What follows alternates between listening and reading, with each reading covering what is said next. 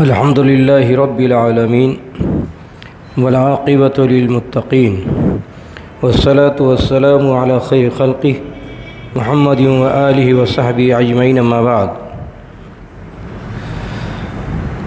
فاعوذ باللہ من الشیطان الرجیم، بسم اللہ الرحمن الرحیم۔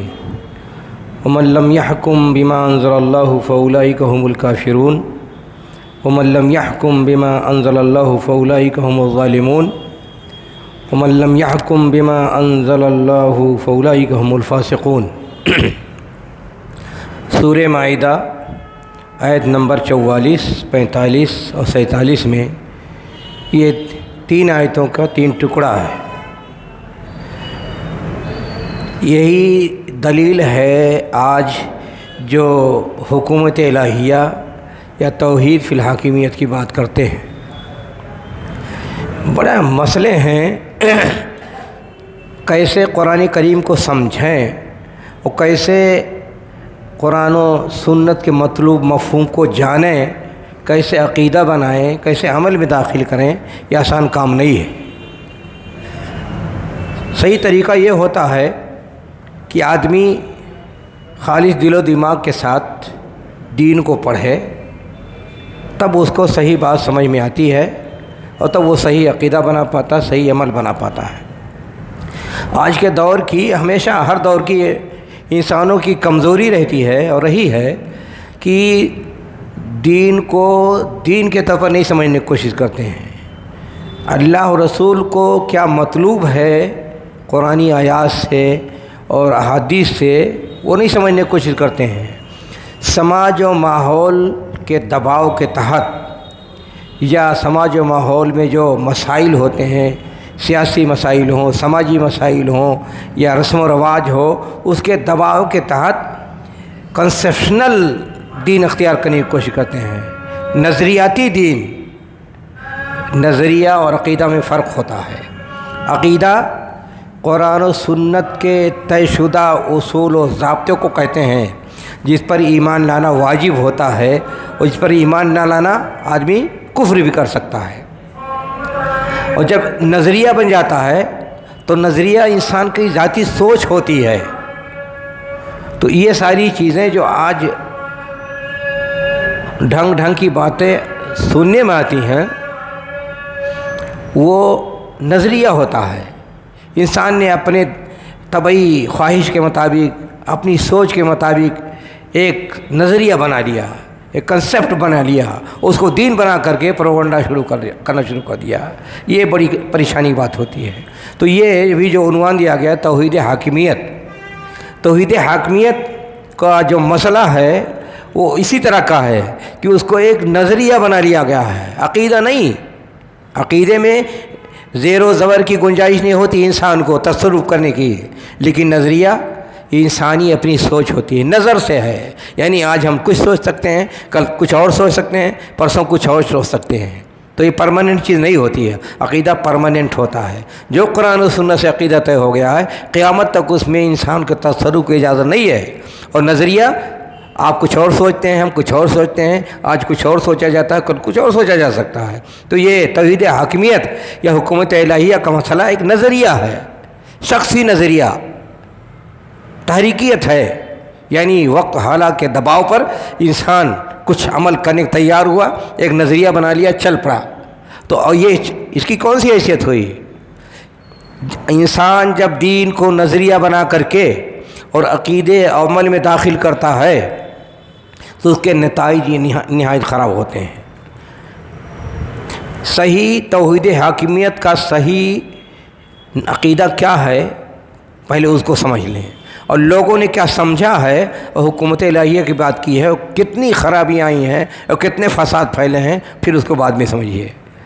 توحید حاکمیت، یہ جو تینوں آیتیں ہم نے پڑھی ہیں سورہ مائدہ میں، سب سے پہلے تو یہ اس آیت میں، پہلی آیت میں اولئک هم الکافرون، یہ اس پس منظر میں کہا گیا ہے کہ اللہ تعالیٰ نے یہود و نصارہ ان کے علماء کو مخاطب کیا کہ یہ جو دین تمہیں دیا گیا ہے، تورات دیا گیا، انجیل دیا گیا، پھر قرآن اترا، کہا تمہاری علماء کی ذمہ داری تھی کہ اس کے مطابق اپنی زندگی گزارو۔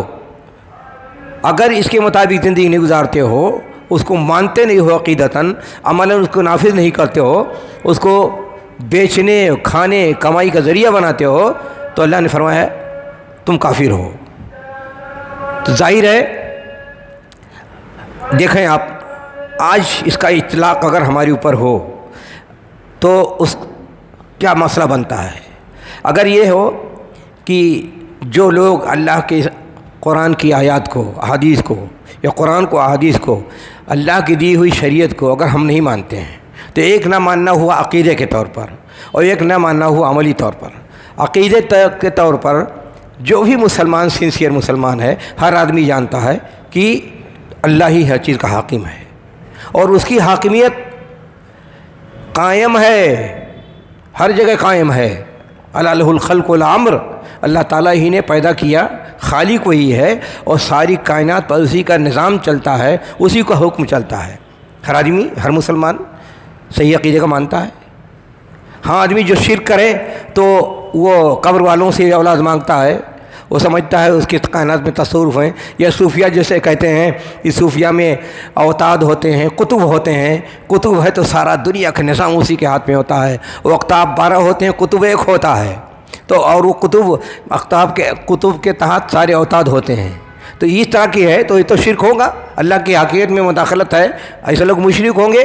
وہ ایسے لوگ شرک کریں گے اور اللہ کی حاکمیت کو نہ تسلیم کرتے ہوں، بلکہ اس کی حاکمیت میں شرک کرتے ہیں، تو مشرک ہوں گے، کافر بھی ہو سکتے ہیں۔ تو یہ عقیدہ اگر موجود ہے قطبیت کا، اوتاد کا، ہندوستان میں بہت سے ایسے ہیں نا کہ ایک زمانے میں ایک قطب ہوتا ہے، تو کبھی کہتے ہیں کہ وہ مولانا گنگوہی قطب تھے، کبھی کہتے ہیں مولانا زکریا صاحب قطب تھے۔ تو اگر یہ عقیدہ رکھتے ہوں کہ ساری دنیا کا نظام وہ چلاتے ہیں، تو پھر اللہ تعالیٰ کیا کرتے ہیں؟ تو ظاہر اللہ کی حاکمیت کو تسلیم نہیں کرنا ہوا، بندوں کو دینا ہوا، تو یہ شرک بھی ہو سکتا، کفر ہو سکتا ہے۔ یا کہ کوئی مسلمان اگر وہ یہ ملحد ہے، نام کا مسلمان ہے، ملحد ہے، یا کمیونسٹ پہلے تھا، کمیونسٹ تھا، اللہ کو مانتا ہی نہیں ہے، تو ظاہر ہے وہ تو کافر قرار دیا جائے گا۔ لیکن ایک مسلمان جو جانتا ہے کہ اللہ کی حاکمیت قائم ہے، ذرے ذرے پر قائم ہے، ہماری دل و دماغ پر قائم ہے، ہماری نگاہوں پر قائم ہے، ہمارے کان پر قائم ہے، ہمارے ہاتھ پر قائم ہے، قائم ہے نہیں قائم ہے، سب کچھ جو فنکشن اعضاء کے چل رہے ہیں، ہمارا کوئی اختیار ہے؟ ہم چاہیں تو دل کی دھڑکن کو روک سکتے ہیں؟ یہ نگاہیں جو اللہ نے عطا کی ہیں، نگاہوں پر اللہ کی حکومت قائم ہے نہیں قائم ہے؟ تو ساری کائنات میں اللہ کی حکومت تو قائم ہی ہے، تم کیا قائم کرو گے؟ اللہ کی حکومت قائم کرنے کا مطلب یہ ہے کہ اللہ کے بتائے ہوئے دین کے مطابق اپنی ساری زندگی نافذ کرو۔ تو نافذ کیا دین کی اللہ کی حکومت صرف سیاسی طور پر نافذ ہو سکتی ہے؟ نماز پڑھتے ہیں، اللہ کی حاکمیت قائم ہے کہ نہیں قائم ہے؟ اللہ کی شریعت کو نافذ کرتے ہیں، قائم ہے کہ نہیں قائم ہے؟ سب سے پہلے عقیدے کی بات لے لیجئے، آپ کا عقیدہ صاف ستھرا ہے، شرک نہیں کرتے ہیں، الہاد نہیں ہے، اللہ کا انکار نہیں ہے، ربوبیت کا انکار نہیں ہے، علم میں شرک نہیں ہے، ربوبیت میں شرک نہیں ہے، تصرف میں شرک نہیں ہے، معبودیت میں شرک نہیں ہے، تو اللہ کی حاکمیت قائم ہے کہ نہیں قائم ہے؟ تو صحیح تصور یہ ہے اللہ کی حاکمیت کا کہ اول عقیدے کے طور پر آپ کا عقیدہ صحیح ہے تو اللہ کی حاکمیت کو تسلیم کر رہے ہیں، اور یہ بھی مانتے ہیں کہ ہر جگہ اللہ کی حاکمیت قائم ہے، اور دینی طور پر بھی آپ دین کے مطابق عمل کریں گے، عقیدے سے لے کر نماز، روزہ، حج، زکوٰۃ، بات، گفتگو، اخلاق، حقوق، ساری چیزیں اگر دین کے مطابق ہے، حاکمیت قائم ہی نہیں قائم ہے۔ صرف سیاسی طور پر کسی کو بنا کر کے خلیفہ بنا کے بٹھا دو تو وہی تو حاکمیت قائم نہیں ہوا۔ آپ حلال روزی کھاتے ہیں، حلال کماتے ہیں، حاکمیت قائم ہے کہ نہیں قائم ہے؟ آپ اپنے گھر میں ورثہ میں حصہ دیتے ہیں وراثت کا، حاکمیت قائم ہوتی نہیں، اللہ کی قائم ہے۔ تو یہ حاکمیت کا تصور یہ ہے کہ ساری کائنات میں اس کی حاکمیت قائم ہے، صرف تھوڑا سا ایریا ہے جو اللہ تعالی نے کہا دین کے مطابق عمل کرو، جو شریعت اتاری گئی ہے، تو اس میں بھی جتنے شعبے ہیں عقیدتاً تو ہر سچا مسلمان اس کو مانے گا، اور اس کے بعد عملاً جتنی گنجائش کرے گا، یہی حاکمیت ہوئی، یہ صحیح تصور ہوا۔ صرف حکومت الہیہ والی بات کہ حکومت الہیہ قائم کریں گے تو اس کے بعد حاکمیت قائم ہو پائے گی، فراڈ ہے وہ تو۔ ایک آدمی، اچھا یہ کہ حکومت الہیہ کی بات کی جاتی ہے، یہ اسلامی حکومت کی بات کی جاتی ہے، پہلے اکثریت نماز نہیں پڑھتی ہے، اکثریت شرک کرتی ہے، اکثریت بدعت کرتی ہے، اکثریت حرام کرتی ہیں، کس پر حکمت الہیہ قائم کرو گے؟ کہاں قائم کرو گے؟ یہاں نماز نہیں پڑھ، جو آپ کے بس میں ہے وہ آپ نماز نہیں پڑھتے ہیں۔ آپ موحد بن جائیں، پکے سچے بن جائیں، شرک نہ کریں، وہ آپ کے اختیار میں، آپ کرتے ہی نہیں ہیں۔ اور یہ سیاست کی بات کر رہے ہیں کہ حکمت الہیہ کام کریں گے، کس پر قائم کریں گے؟ پتھر پر، مٹی پر، چوکی پر، کس پر قائم کریں گے؟ دل درست ہی نہیں ہے، سارا اکثر معاشرہ 90% شرک کا شکار ہے، بدعت کا شکار ہے، اللہ حرام خوری کر رہا ہے، کس پر قائم کریں گے بھائی؟ رسول گرامی صلی اللہ علیہ وسلم نے 13 سال مکہ میں انسان کے عقیدے، انسان کے سوچ بچار، طور طریقے کو درست کیا، اس کے بعد مدینہ میں آئے، اس کے بعد اسلامی ریاست قائم ہوئی۔ آج اگر کسی کو دے دیا جائے، کسی جماعت کو، کہ اچھا چلو سارے لوگ تیار ہیں حکومت الہیہ قائم کرو، کر پائے گا؟ حکومت الہیہ قائم کرنے کے لیے بدعت کو دور کیجئے، حرام خوری کو دور کیجئے، حقوق غصب ہو رہے ہیں اس کو دور کیجئے، شرک کو دور کیجئے، اچھا انسان بنائیے، منافقت دور کیجئے، بے ایمانی دور کیجئے، ریاکاری دور کیجئے۔ پہلے دور تو ہو، تب تو حکومت توحید حاکمیت قائم ہوگی، یا حکومت الہیہ قائم ہوگی۔ یہ سب کچھ ہے ہی نہیں، وہ خواب دیکھ رہے ہیں، وہی نظریاتی زندگی، اپنے من میں کی تشریح۔ تو اصل یہ ہے کہ جو اللہ نے فرمایا وَمَن لَّمْ يَحْكُم بِمَا أَنزَلَ اللَّهُ فَأُولَٰئِكَ هُمُ الْكَافِرُونَ، اس آیت میں تو وہ تھا جو نبی اکرم صلی اللہ علیہ وسلم کی لائی ہوئی تعلیمات کی مخالفت کرتے تھے، یہود و نصارہ، ان کو اللہ نے کہا، ظاہر ہے انہوں عقیدتاً مانتے تھے، نہ عملاً مانتے تھے، تو ان کو کافر کرا دیا گیا۔ اور اس کو لا کر کے سارے مسلمانوں پر ٹھونس دو تو کیا ہے؟ صحیح ہے؟ بتائیے صحیح ہے یہ؟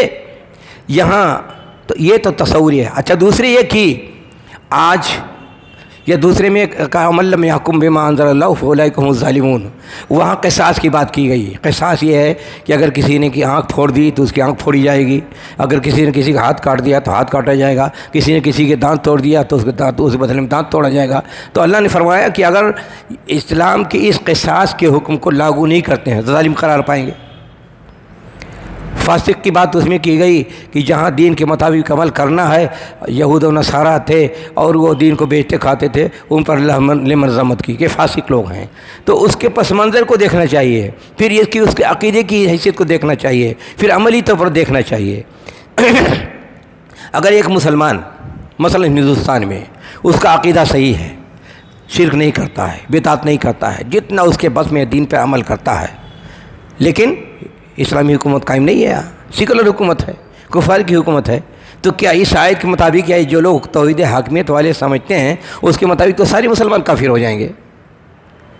کوئی یہاں اسلامی حکومت قائم ہے تو، اور ساری دنیا میں قائم نہیں ہے؟ لے دے کے سعودیہ میں ہے، جو جتنا ہے جو بھی ہے وہاں قائم، بقیہ تو ہر جگہ کفر کا نظام قائم ہے، تو کیا سارے مسلمان کافر ہو جائیں گے؟ پہلا مسئلہ، سب کافر ہو جائیں گے۔ لیکن ان لوگوں کے نظریے کے مطابق جو حکومت الہیہ کی بات کی ہے انہوں نے، چاہے جماعت اسلامی والے ہوں یا اخوانی ہوں، ان لوگوں کا یہی سب سے بڑا کنسپٹ تھا ان کی دعوت و تبلیغ کا۔ شروعات اسی سے کی انہوں نے، اور شروعات کی تو یہ ہمیشہ کہتے رہتے تھے کہ معاشرہ کافر ہے، حکومت کافر ہے، حکمراں کافر ہیں، پولیس کافر ہے، فوج کافر ہے، علماء جو ان کا ساتھ دے ان کا کافر ہیں، اور امام باہودن ہیں، سب کو قتل کر دینا چاہیے، اور اگر اختیار میں ہو تو سب کو قتل کر دیا جائے۔ یہ باقاعدہ ان کا کنسپٹ رہا ہے، اور کیا انہوں نے۔ یہ عرب بحریہ کب آیا تھا معلوم ہے؟ 2010 کے بعد سے عرب بحریہ جو شروع ہوا تھا، اور سارے عرب میں آگ لگ گئی تھی۔ آگ لگانے والے یہی تھے اخوانی، ان کا یہ نظریہ تھا۔ اتنی موٹی موٹی کتابیں ان کے بڑے بڑے مولویوں کی موجود ہیں کہ جنہوں نے یہ کہا تھا، افغانستان جب جنگ چل رہی تھی، افغانستان میں جب جنگ چل رہی تھی 9/11، اس میں رشیا نے جب قبضہ کیا تھا افغانستان کو، تو اس میں دنیا کے جتنے یہ تھے خارجی قسم کے لوگ، اخوانی و جماعت اسلامی والے، وہاں پہنچے، وہاں باقاعدہ موقع ملا ان کو، میدان ملا، اسلحہ ملا، خوب ساری ہر طرف سے اسلحہ ملتا تھا، تو وہاں ٹریننگ لی عملی طور پر اسلحہ چلانے کے لیے۔ اور یہ ہوا کہ جب یہاں سے نکلیں گے تو سب سے پہلے چل کر کے سعودیہ پر اٹیک کریں گے اور سب سے پہلے شاہ فہد کو قتل کریں گے اور ابن باز کو قتل کریں گے. کہتے تھے چھری تیز کر لو. یہاں سے جب نکلیں گے تو سعودی حکومت کافر ہے، فہد کافر ہیں، ابن باز کافر ہیں، سب سے پہلے ان کو ذبح کریں گے. یہ ان کے عقیدے تھے. تو یہ جب کنسیپشنل یا نظریاتی دین اختیار کرتے ہیں لوگ، اپنے من کی اس کے مطابق لوگوں کی تشریح کرتے ہیں اور اسی کو سماج معاشرے میں لاگو کرتے ہیں، تو اس کی غلطیاں کیا ہوتی ہیں؟ پہلی غلطی یہ کہ جس آیت کا صحیح مفہوم ان کو پتہ نہیں. آیت کا مفہوم یہ ہوا کہ بھئی اچھا ایک مسئلہ یہ بھی، دین پر عمل کرنے کی بہت سی چیزیں ہیں جو ہم انفرادی طور پر کرتے ہیں. مثلا اپنا عقیدہ صحیح کرنا آپ کا انفرادی مسئلہ کہ نہیں مسئلہ ہے؟ اللہ کو ماننا، اس کو رب ماننا، اس کو علیم ماننا، اس کو صاحب قدرت ماننا، اس کو حاکم ماننا اور اس کو معبود ماننا، یہ آپ کا اپنا ذاتی عقیدہ بنانا ہے کہ نہیں بنانا ہے؟ یہ انفرادی عمل ہے کہ نہیں عمل ہے؟ انفرادی عمل ہے. انفرادی عمل حکومت قائم کرنا انفرادی عمل ہے. اسلام میں حکومت قائم کرنے کا مسئلہ یہ اہل حل و عقد قائم کرتے ہیں. کون سے لوگ؟ ایلیٹ گروپ جو ہوتا ہے مسلمانوں کا، پڑھے لکھے لوگ، سمجھدار لوگ، ان کی ذمہ داری ہوتی ہے، پبلک ذمہ داری نہیں ہوتی ہے. اسلام میں جو خلافت اسلامیہ قائم کی جاتی ہے، اسلامی ریاست قائم کی جاتی ہے، وہاں اہل شورا اہل حل و عقد قائم کرتے ہیں. اہل شورا اہل حل و عقد کی جو اوصاف بیان کیے گئے ہیں اس میں ان کو علم مضبوط ہونا چاہیے، اخلاص ہونا چاہیے، سمجھ بوجھ ہونی چاہیے، امانت داری ہونی چاہیے، خیر خواہی ہونی چاہیے لوگوں کے لیے، اور امانت داری ہونی چاہیے. 6 بنیادی اصول ہوتے ہیں. اب ایک آدمی اگر مخلص نہیں ہے اہل حل و عقد میں نہیں ہو سکتا ہے، عالم نہیں ہے اہل شورا میں نہیں ہو سکتا ہے، امانت دار نہیں ہے اہل حل و عقد میں نہیں ہو سکتا ہے، سمجھدار نہیں ہے اس میں نہیں ہو سکتا. 6 یہ اوصاف بنیادی ضرورت ہیں. اس میں ایک بھی کمی ہو تو اہل حل و عقد میں نہیں ہو سکتا ہے. جو ایلیٹ گروپ ہوتا ہے اس کی ذمہ داری حکومت اسلامیہ قائم کرنا ہے. بقیہ یہ کہ پبلک جتنے ہیں سب کا عقیدہ صحیح ہونا چاہیے، عمل صحیح ہونے چاہیے. لیکن سیاست حکومت کی بات ایلیٹ گروپ قائم کرتا ہے، تو حکومت قائم کرنا سب کی ضرورت ہی بھی نہیں ہے. لیکن اگر اس ڈھنگ سے جو اس کو سمجھتے ہیں خارجیوں کی طرح، جو حضرت عثمان سے بغاوت کی تھی جنہوں نے، وہ ہمیشہ یہی کہتے تھے ان الحکم الا اللہ، اللہ کی حکومت قائم ہونی چاہیے، حکومت الہیہ قائم ہونی چاہیے. وہی چیز حضرت عثمان کے زمانے سے خارجی باغیوں سے چل کر کے یہاں تک پہنچا ہے اور تبدیلی نہیں ہو پا رہی ہے. تو یہ جماعت اسلامی اور اخوانیوں نے جو کنسیپٹ اختیار کر لیا ہے اخوانیوں کا، اور صحیح جو ان آیات کی تشریح ہو سکتی ہے کہ اس کو چھوڑ کر کے جنرل کر دیا کہ جو بھی اس کو نہیں مانے تو کافر قرار پائے گا. ظاہر ہے ایلیٹ گروپ کا مسئلہ ہے، کافر کیسے قرار پائیں گے؟ پھر ایک مسئلہ استطاعت کی بات ہوتی ہے. جتنے بھی احکام ہیں شریعت کے اسی وقت لاگو ہوتے ہیں، آپ کے اوپر فرض ہوتے ہیں، فرد کے اوپر فرض ہوتا ہے، جماعت کے اوپر فرض ہوتا ہے جب آپ کے پاس استطاعت ہو، طاقت ہو.